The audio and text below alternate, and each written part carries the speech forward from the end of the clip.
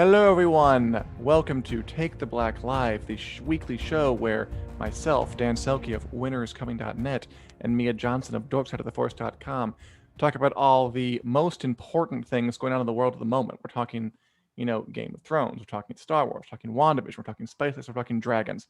The things that you need to know, or else you wouldn't be able to live your daily lives. Mia, how are you on this fine February Wednesday afternoon?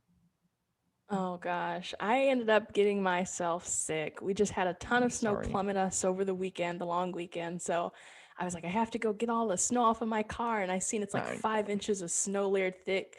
So I was out there for maybe 10 or 15 minutes. That really got to me. So now I'm kind of recovering from that, trying to make myself feel better, boost my immune system and all that. We'll take it easy, but I hear you. I shoveled my car out like the night it fell, which is so stupid Uh-huh. because then I woke up the next day and like, oh, it's another foot. Why did I even bother? And then last night, I was Yeah. like pounding away at this giant chunk of ice in the road beneath my car. Like, how did you get there? Why are you there? You shouldn't be there. And I was very, very tired and had a bad time sleeping. So it's snowing a lot here. It's snowing a lot in Texas. Best wishes to people Mm-hmm. down south who are experiencing Chicago-like temperatures for the first time. Um, Welcome to our world. It's a cold, cold world, and I hope you learn to get through it like we have. Oh Beyond yeah. that, lots of more fun stuff happening beyond frigid temperatures in the world of Game of Thrones fantasy sci-fi stuff. Start out really quick. Congrats to Kit Harington and Rose Leslie, married Game of Thrones actors who just welcomed a baby boy into the world. No Oh. name given. I'm gonna go with Ned or Aegon or something along those lines. I saw a lot of that going around. That's nice. They're having a baby. Congrats to them. Yay. They had okay, so they did have the baby. It's not like a pregnancy announcement. They actually had Oh the no, it's a baby. Like there are some pictures, but it's like those pictures of like Kit Harington walking the street and like clearly he did not oh consent to this. Pretty sure people are taking a picture of him, so I oh don't like to show no. them. But yeah, it's fine. So congrats. Don't know the Yay. name. But who It, did it yeah. there really was like a nice little like fairy tale love story. Like who Yeah. meets on the show we all love so much. You play each other's romantic interests, fall in love, get married, and have kids. It's a fun little coincidence. It's Has cute. Yeah. anything like that ever happened before, to your knowledge? Like actors who play each other's love interests for real, like actually hitting it off and like getting married and going the whole 9 yards. Oh, yeah, yeah. There's a ton of examples. Oh, are there? Not any that don't that come to mind, unfortunately. It seems like a common thing. Like you meet on set and then it's like sometimes you are the love interest or Ooh. sometimes it's just a co-star thing. I'm thinking back to like kind of the glam 2000s for some reason, all of that stuff like Brad and Angelina, and they had a bunch of kids. Oh, They right. recently are separated, but I pray for the best for Kit and for Rose. Yeah. It's really nice, and it's kind of that after Valentine's Day, so love is in the air and all that stuff. And for little Drogon or whatever their baby ends up being Yeah. named. And hey, Brutal. everybody. Hello, Stephanie. I'm glad you got the Fire Cannot Kill a Dragon book. That was one of our WiC Club giveaways. All right. Hey, Christian, who also said Angelina and Brad, of course. Did Yeah. they play romantic interest? I forget. That was Mr. and Mrs. Um, Smith. Yeah. oh, right. Did they meet on that? We're going off track. Yeah. Hey, everybody. Also, quite a lot of big House of the Dragon Game of Thrones news this week, actually. So, HBO announced formally a bunch of new additions to House of the Dragon, the Game of Thrones prequel series that is coming down the bend. We already know we have Matt Smith as Daemon Targaryen. We got Emma D'Arcy as Rhaenyra Targaryen. We got Olivia Cook as Alicent Hightower. And we got Paddy Considine as King Viserys I. I knew all of those at the top of my head. I'm Wow. impressed with myself. Congrats. Um, this is a big story. It's a big. I mean, this is the Game of Thrones follow-up. Game of Thrones was famous for having lots of characters, right? Like almost too many. Like there were people who couldn't remember them all. That Yeah. was one of the hallmarks of it. But I mean, that worked for the show. Like I think Game of Thrones really proved that a big cast need not be a deterrent. Like people can latch Mhm. onto that and really get into it. And the Dance of the Dragons, this new story they're going to tell about the Targaryen Civil War happened 100 years before. We've talked about it before. Is also a big story. Also, it's a lot of people. This is not the end of it, but we have some new characters who have been cast. I thought we would go through a couple, all Oh, four of them, and just say a little bit about them. See let's if it see. sparks their interest. Oh, and they nicely provided this wonderful little 4-way split screen photo. So there's no need for me to go into like each individual picture. Very good of them. First, we got, I don't know how to pronounce their names though, so that's going to be a challenge. Steve Toussaint, all the way on the left. Yeah. Playing Lord Corlys Valerian, aka the Sea Snake. Think of him as like the Tywin Lannister almost of this story. Very, very, very rich, very, very, very powerful. He's Tyrion and Cersei and Jaime's dad, only nicer. Very, very rich, very, very powerful. He's the head of House Valerian, a Valyrian bloodline that is, I think, older than House Targaryen. They're from the same area. They don't ride dragons, but they're really tight with the Targaryens. Okay. Just very influential. He is the hand of the king to Rhaenyra Targaryen, I believe. So he's a big deal. He's kind of like, who am I going to compare him to? Got a bit of Ned Stark in there. Got a bit of Tywin Lannister in there. Just, a powerful, rich guy. Yeah, sounds about right. There we go. I guess I'm going from that. Next to him is his wife, Eve Best, as Princess Rhaenys Valerian, a Targaryen princess who is a dragon rider. And again, this show, like, if they do it right, it's, I mean, I hope it will be as complex as Game of Thrones, but its claim to fame is going to be these dragon on dragon battles. Just because we didn't really have those in Game of Thrones, but this series is just littered with them. And she has one of the early big ones. She is married to Corlys Valerian, the last guy we looked at. And she is known as the Queen Who Never Was, because in her youth, and I looked this up, this fake history, there was an incident where she was the heir to the guy who was the heir to the king. And I think the heir died. Yeah, her dad died, who was the heir to the king. But then the king, instead of making her his heir, opted for, I think, his brother or her uncle. So she was seen as being like, should have been king, but passed over. Okay. So I know. Listen, I'm sure it'll make more sense when I actually see it. That made sense. I'm sure of it. Yeah. Anyway, Targaryen Dragon Rider, pretty cool. Although before we go on, let's take a moment to thank our sponsor for this episode. Support for Take the Black Lives is provided by Manscaped, the best in men's below-the-waist grooming. Trusted by over 2 million men worldwide, Manscaped offers precision-engineered tools for your sensitive grooming needs, assuming you have them, because I'm aware not everyone listening to this does. But for those of you interested in joining this very comfortable, easy breezy down there brotherhood, we have an exclusive offer, 20% off plus free shipping with the code FANSIDED20 at manscaped.com. Manscaped was kind enough to send us some samples to illustrate. We have the Manscaped razor, which is what you use to make the magic happen. We have Manscaped deodorant to make sure everything smells pleasant after the procedure. And finally, we have Manscaped toner to make sure everything is toned. Get 20% off, free shipping with the code FANSIDED20 at manscaped.com. That's 20% off with free shipping at manscaped.com and use code FANSIDED20. All right, back to this. Thank you, Christian. I've been practicing.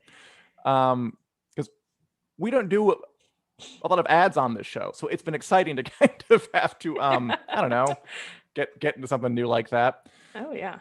In any case, so we got Corlys Valerian, we got Rhaena Targaryen, who has a complicated, what to know is she's a middle-aged woman. She's a dragon rider. She's of noble birth.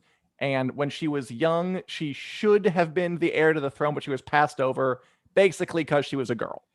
I see. That makes a lot more sense. Okay, I was like, yeah, I don't know if it's my fog brain because I've been a little sick and it's like you're throwing a lot of words at me, Dan. Yeah, okay. But no, I get it now. That's more simple. Okay.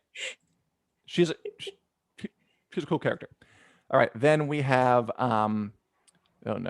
Rhys Ifans, who I believe is a Welsh person, so his name is hard to say, who If you want to, he was in Notting Hill Elementary. I think he played Luna Lovegood dad in the Harry Potter movies. Oh.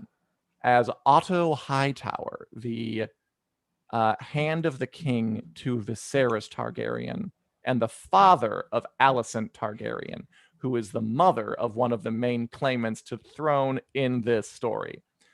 So you remember the Hand of the King, right? That's what Tyrion was. That's what Ned Stark was, the guy who helps out the king. He will help out Aegon II. He's kind of rivals with Matt Smith's character, because basically he thinks that Matt Smith, Targaryen, is trying to take the throne. He's not really. I mean, he is maybe a little bit. He's a bit of a paranoid guy. Got it. Very, again, powerful, wealthy house, all that jazz. And finally, we have Soyona Mizuno, who I remember from Ex Machina. Yeah, remember her? Here. She was one of the robots, Crazy Rich Asians, as Mysaria, who is a King's Landing sex worker who ends up friends with Matt Smith's character, Daemon Targaryen, and kind of becomes his eyes and ears among the peasantry. Remember Varys from Game of Thrones, the person who knew everything, the spider? Yeah. She's Varys. She's Varys in the story. She knows all the secrets. She knows all the dirt and everybody. She knows everything before anyone else knows it. And she becomes the unofficial mistress of whisperers to Rhaenyra Targaryen, Queen Rhaenyra Targaryen. Because remember, this story is Rhaenyra Targaryen is the heir to the throne, but is disputed by her half-brother, Aegon Targaryen, who also has a claim, and then they go like this. Yeah. And all these folk take sides, some are with Rhaenyra, some are with Aegon, and it's a big, bloody, tragic battle. That was a lot. I mean, Game of Thrones was like that, though, wasn't it? Wasn't it always just this person knows that person is related somehow to this person, and like there are charts. I mean, that stuff is catnip for nerds, like people like me. Like some folk love that. They love decoding and drawing the lines between these different people. What are you about you? Like, are you someone who like Lord of the Rings is kind of like that too, like but below the surface level, where you get into like, and Galadriel knew Elrond from 2,000 years back and related to him by this, and this. That has a real appeal to folk. Does that appeal to you? Yeah. That kind of dense interconnectedness? Oh yeah, I think the best example for me obviously is with this Star Wars, and I was telling you about the book series that they had where it's like 200 years prior and all this, and it's kind of like the one connecting character is Yoda because he's old enough, so it's kind of like, oh wow, Yoda knew this Jedi from long ago, and he knew Qui-Gon Jinn, and he knew Rey, and so I can see how the interconnectedness and really getting down and dirty into the lore. I think once there's lore, once the whole universe is really built up, that's where it gets exciting. And you are right with Game of Thrones. Like if you try to explain just even like Daenerys' connection to somebody, oh my god, and I probably still would have been cross-eyed, but it makes sense when you see it. It makes sense when you're there and when you know it. So when I know it, I will eventually know it. I mean, it's interesting because like describing this stuff, it does sound kind of cerebral. Like they were beget by this person who was the second cousin of this person who did this. But I mean, at the end of the day, like when you see it, it makes sense because it's all about like the motivations are very human. Like people want power, they want love, they want money. Like that's all pretty easy to understand. And the people in this story are inspired by a lot of pretty easily understandable motives. Like we're not going to get into anything too cerebral here. It's pretty straightforward, but it's complicated kind of in the abstract. Yeah. Which again, I think is I think it's part of the reason why it was so successful in the first place, because it rewarded that close study that nerds like so much. Yeah. When you get under the surface, like there's stuff there to think about and make Reddit posts about.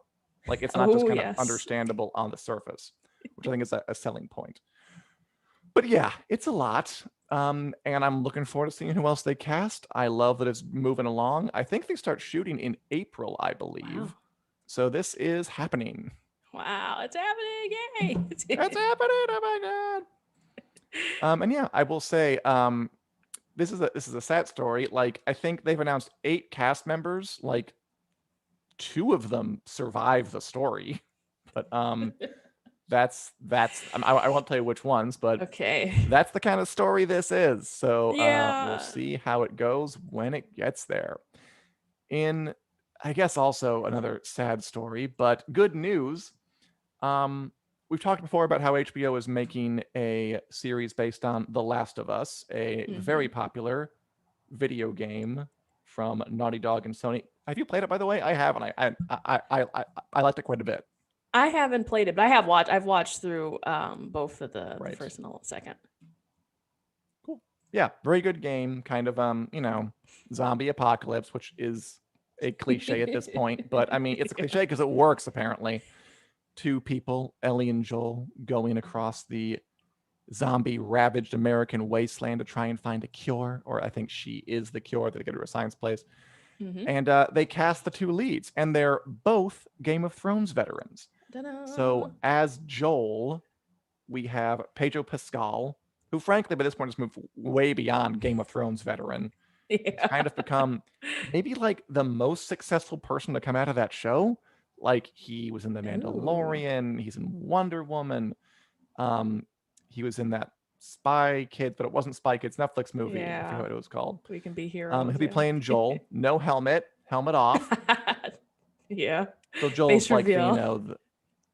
face reveal. Maybe they'll do a joke, like the grizzled survivor who is paired with the younger Ellie, who I think her whole thing is in the plot, like she's immune to the zombie virus that's killing everybody, so that's why she's important. And she'll be played by Bella Ramsey, who played Lyanna Mormont on Game of Thrones. Do you remember her? The I do. Yeah, I was fierce surprised to young see that. northern leader.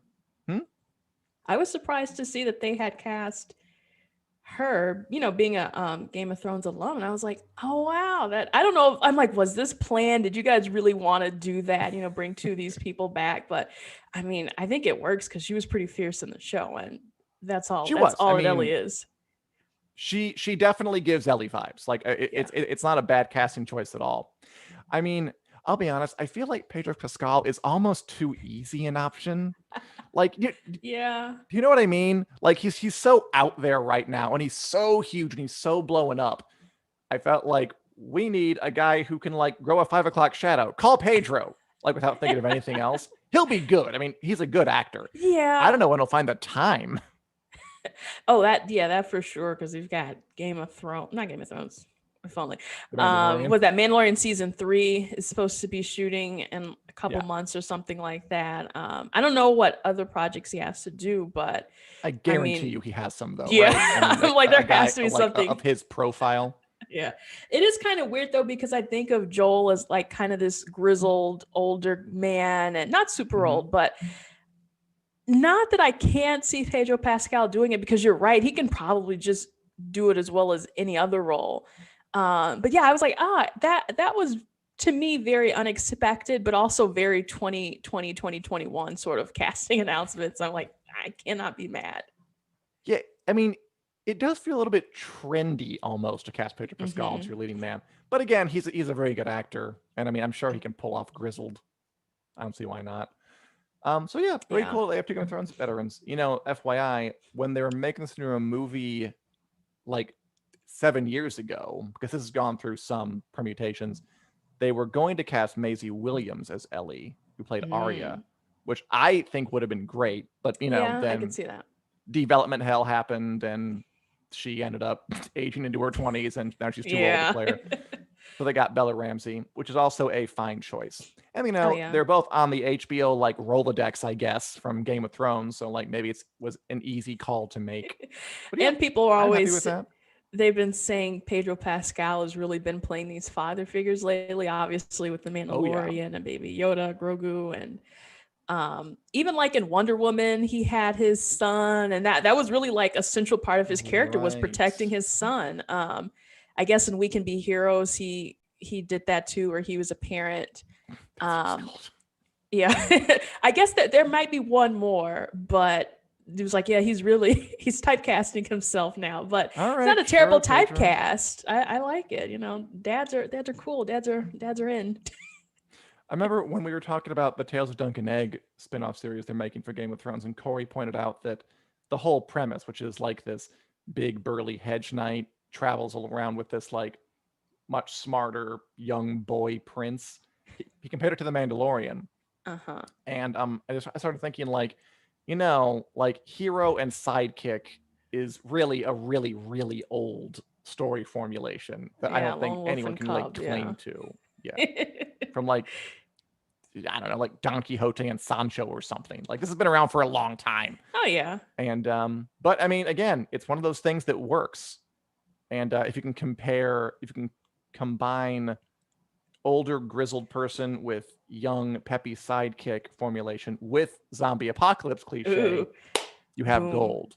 Exactly. Will you So, watch this program? Are you excited to see a Last of Us adaptation? oh, for sure. Yeah, I love, love, love Last of Us. So Yes, I'll yes, be, yes, yeah, yes. I'll be excited to see how they kind of play it out because I've never seen a video game be serialized into a television show like this before. Yeah, it might be the first time. I can't think of another. I mean, I guess there were like the Mario Super Show or whatever, but certainly not Oof, like a yeah, prestige TV yeah, show from a video game before. That will be new. And I said before on this show, just video games are so popular and important now. They're probably going to supplant like books as like the main source material for movies and TV shows within our hmm, lifetimes. Is what I will yeah. bet. Probably sooner than we think. You seem to like it. As Stephanie says, she was one of my favorite characters. She was incredible. She was, and I'm glad she's getting more a chance to show off her talents on a big scale program. All right.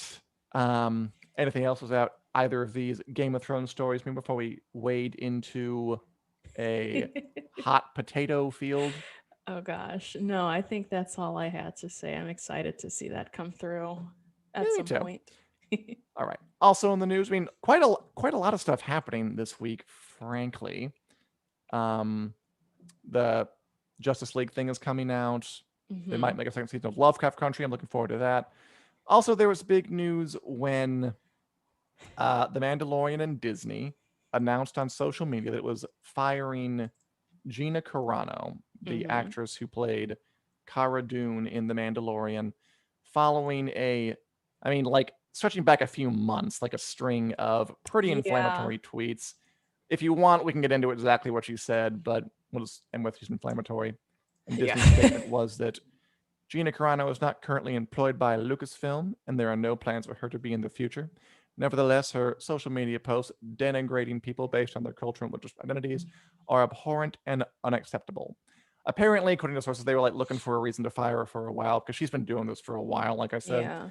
And they finally did. Mia, what do you make of this?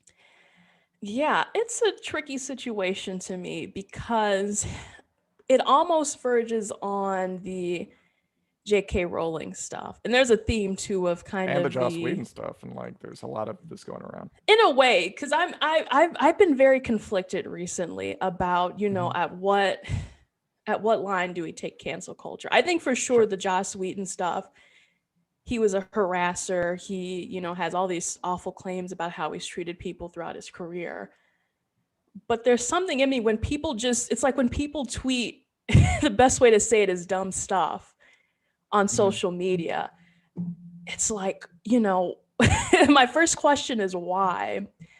And then my second question is, I don't know. It's been a battle with me. I'm like, okay, this person, may not be the worst person in the world, but kind of like with the J.K. Rowling thing, it's like, okay, when you begin to tweet this stuff, it's like, if you can only be, acknowledge the other side and how the other side is feeling about your remarks and your comments. And I think that's kind of where Gina messed up was that with each of her kind of mishaps, it was like not acknowledging the other side, not realizing how you were, Sure. in the wrong, so to speak. So it pains me. I was actually a fan of her character. I was kind of like, oh, we've got a Sure, I liked cool, her. there's plenty of like female characters in Star Wars, but I just happen to like hers. And then to see that this has kind of been her behavior, it's just been like, one big smack on the forehead, pretty much. I mean, again, I'm like, I'm always nervous talking about this kind of stuff because you never Hmm. know you're gonna say the wrong thing. But like about the line, so there have been some people who are comparing it to like Letitia Wright, for example. Like she tweeted a Oh, that's right. Yeah. basically a "don't take a vaccine, they're dangerous" narrative, and she left Twitter, and apparently she's still employed, but Gina Carano tweeted, you know, kind of well, man, she had a hit parade. She had Yeah. a Master Stupid tweet. She had a trans people are silly incident. She had a basically stop the steal incident, and Yeah. this most recent one was basically saying comparing the plight of conservatives who are criticized for their beliefs to the plight of Jews during the Holocaust under Hitler, which is Yeah. a bit out there. So maybe I'm answering my own question here. The difference is that I guess if you tweet something stupid once and then stop, it's easier to excuse Yeah. maybe than if you just keep coming back. And I mean, obviously Exactly. Disney, a notoriously family-friendly company, doesn't want to be associated or like take heat from people Mm-hmm. who are going to give them heat for something one of their employees is doing. Yeah. Yeah, it to me again, like it's where I struggle is kind of like I don't mind if people have different views and opinions of me. I think comparing, something to Nazi Germany is just completely off the table in any Oh, the in any second you sort of do that, circumstance as well. Yeah, you've kind of like almost you lost the argument. exactly. So yeah, you can be conservative or you can be, however you feel politically. But when it gets to things like that, or when it comes to kind of like the trans phobic thing, making, basically it was kind of like making fun of pronouns and not acknowledging, Yeah. this is how other people feel. This is like, even if you just fundamentally are like, no, with the JK Rowling stuff, it's like, okay, please just leave it alone, let you be you, and don't push the subject any further. We know how you feel, and at this point, it's kind of beyond justification. So that's kind of how I really, in a way, kind of wish it had gone. I don't know, I'm still kind of on the fence about the firing thing because I'm like, I feel there are so many worse people out there who deserve Sure. flack, who Yeah. deserve criticism, who deserve to be, locked away or something. I don't think she's necessarily someone who deserves to be, locked away and sent away for good. But I do think it was just, I was just going to say, just it was a series of kind of mishappen and stupid, mistakes pretty much. I don't even know if you should call it a mistake, but it was just kind of like not the way you should be acting and conducting yourself on social media. That's especially like when you are a representative of a company and a front-facing, famous person. I do think there's some truth to the idea that when you have some level of fame, you have some level of power, which means you have some level of influence, which does mean you have some level of responsibility. Like there is that entirely fair? I guess the argument would be that if you have, fame, money, power, influence, you do have things other people don't. And one of the consequences is if you also have responsibility and it's just your lot. And I don't think it's horribly unfair to hold someone like that to a standard that you might not hold a completely anonymous person who doesn't have anything to lose. yeah. Like that is, the way our system operates. I think it's more or less fair. She bounced back. She has a new movie with Ben Shapiro coming out, which sounds on brand. Yeah, I saw that. I was like, yeah, that sounds about right. But the funny thing was like I had read in one of the articles, even Ben Shapiro was like, and because he's Jewish, he was like, even I didn't agree with like the meme that she posted, and I was like, Yeah, that's yeah, no, go ahead. But his whole thing is like, I don't agree with you, but it's fine to say whatever. But I mean, there's this line, and we'll stop that because I think we're getting really off topic, frankly. Yeah, I know. Where you like there's a line between like you can say whatever you want, it's fine, but there are certain things that if said, I mean, we've seen this very clearly in recent history, recent American history, right? That are so inflammatory that they can lead to putting people's lives in danger. And I Yeah. mean, that there is a line. I mean, the classic thing is, yeah, you have free speech, but you can't yell fire in a crowded theater. It's like the classic, Exactly. the Yeah. classic Supreme Court one. Like, it doesn't mean like freedom to just say whatever, whenever, for any reason, at any time, at any place. Like, there are still reasonable common sense limits. And Okay, I should stop because I'll start talking about politics and just Yeah, I like know. the bounds of where corporate interests align with public interests. Blah, Yeah. blah, blah, blah, blah. Well, Maybe I another was WiC Club. gonna bring up, kind of the whole big thing now is like, is her character gonna be recast? Should she be recast? Right. There's been this thing, the Hollywood Reporter put something out where it seems like they gave like two conflicting things where they were like, one, the insiders say they expect her to be recast. They say for both story and merchandising reasons. But then they were also like, a source from Lucasfilm says recasting is not expected. So I don't know if it's like, do we trust the insiders or do we trust the Lucasfilm? I mean, But they could write her out really easy, couldn't they? I mean, yeah, not I like think at this rate, it's just like, just write the character out. Like you said, they were supposedly gonna have her in a new TV show.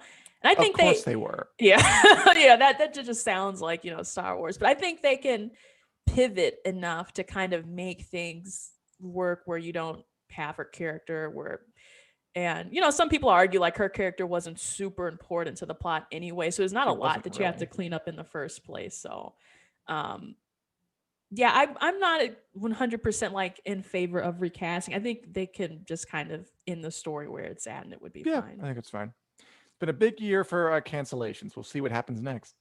Stephanie asked if we've seen Mrs. Wilson with Ian Glenn. I have heard of it, Stephanie. I have not seen it. I do like. I believe it's like one of those kind of glossy period pieces. I do like that kind of show, so I might show it, pick it up at some point.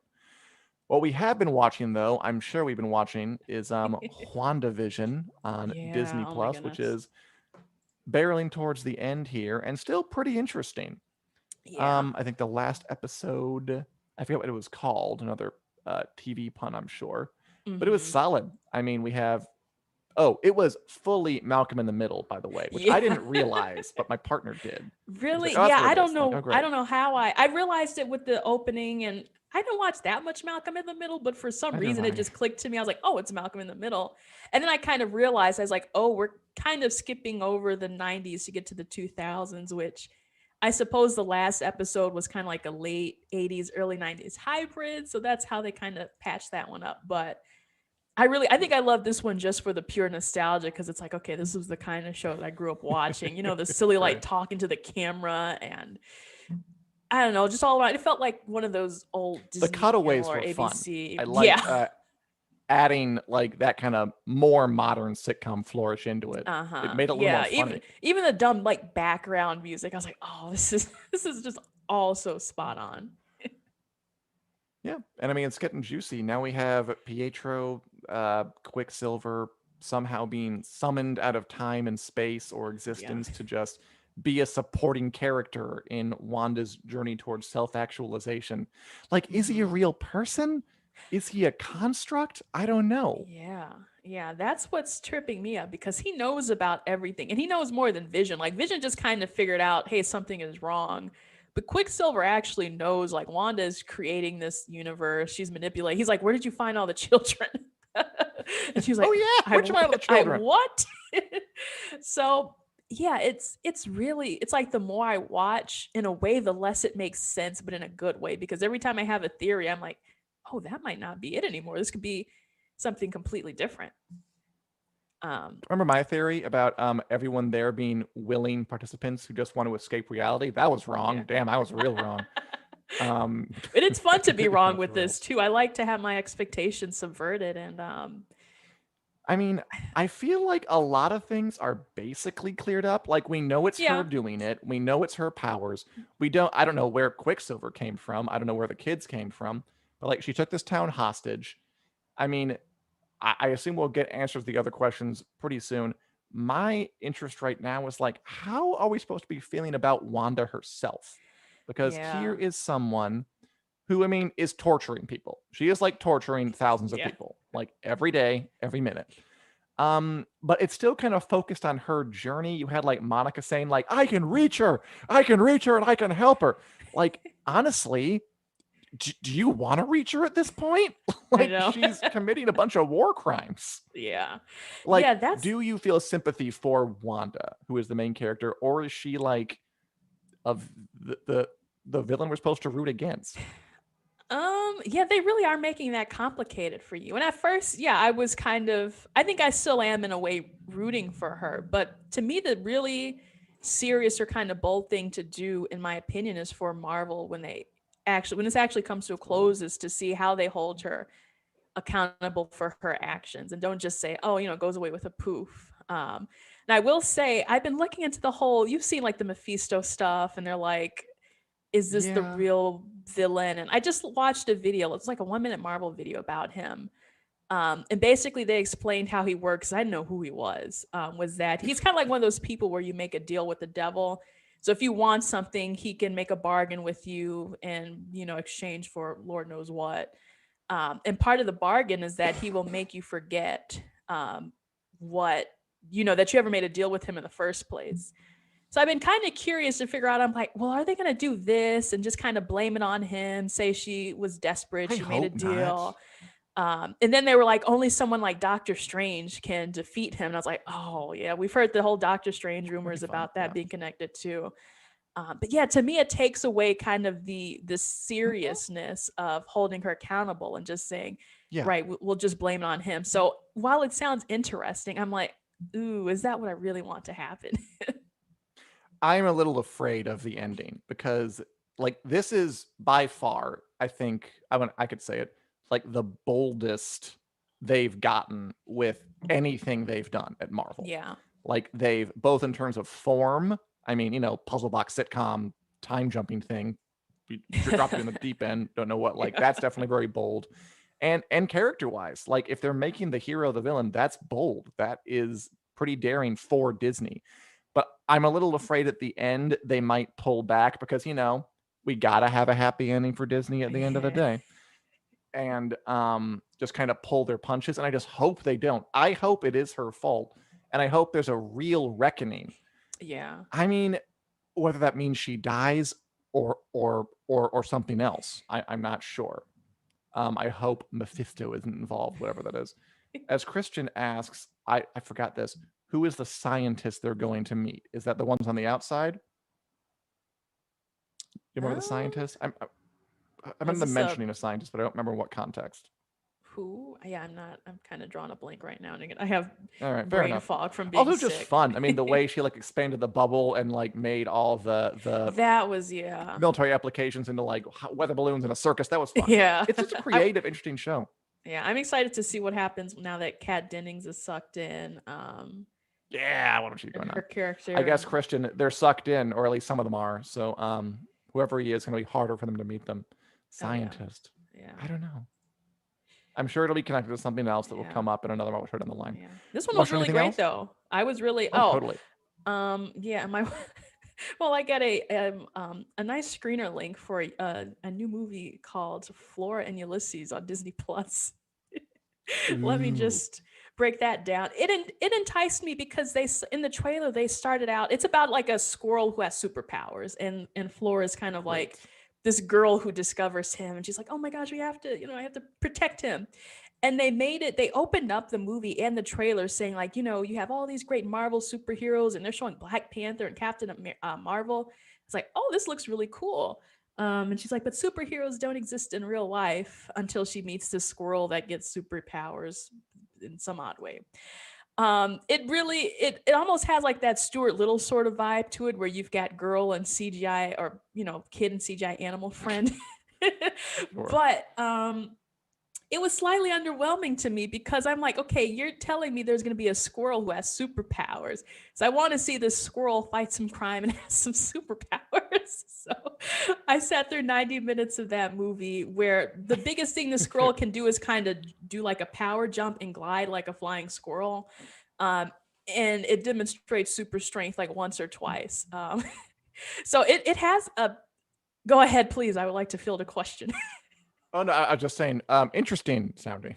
Yeah, it's an interesting thing. It has an interesting cast. Like the woman who plays, I think, Allison from How I Met Your Mother, and Ben Schwartz and Danny Pudi from Okay. Community. Community. So they're awesome. They're really, really awesome in their role, and Bobby Moynihan too. But it falls kind of flat for me. So I just thought I would share that. Since I watched it, and I put my screener to good use. All right. Down with, what was it called again? Flora and Ulysses. Down Ulysses. for Ulysses. I just finished up The Lady in the Dale on HBO Max. It was a 4-part documentary series, really, really interesting. But I had never heard this story about a trans woman, megalomaniac, or maybe egomaniac, who in the 70s created a 3-wheeled car that Oh she yeah, thought you were would like talking. Yeah. blow up and become like, just like the biggest thing in the industry, Yeah. all while living with like, as a trans woman, she also had like 5 kids with her wife, who Wow. she married back when she was living as a man, and stayed with her. And she had like a criminal past. She like moved from place to place. She moved her entire family like, just across the country constantly. Whenever there was like, we gotta get out of town because something went south. Was accused of defrauding all her investors, and Holy skipped cow. bail and like lived a new life in another place and going to prison anyway. There's a really intense story that like by itself, without kind of the more social aspect to it, was just like, damn, that happened. Like that was a Wow. nuts story.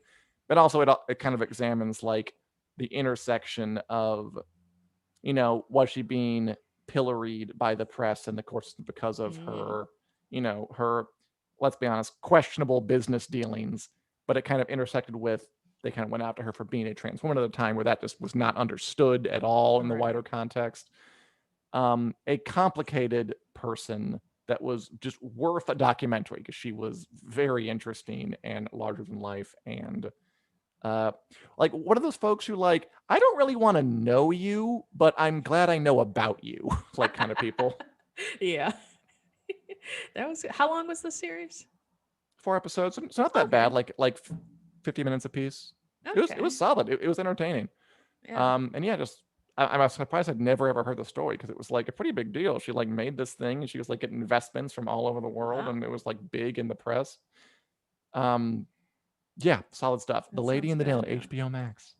I'm usually not a docu-series fan. I think Tiger King got me, but there's a new one I just saw a have been trailer lately. for on IGN, where it's like a 5-part docu-series about Nintendo, and it's like, oh, they're great and they have, all these great Mario video games. They actually have a Nintendo announcement right now. I gotta check on in a minute, but They do. but then they're We're like, almost done. We can get to it in a second.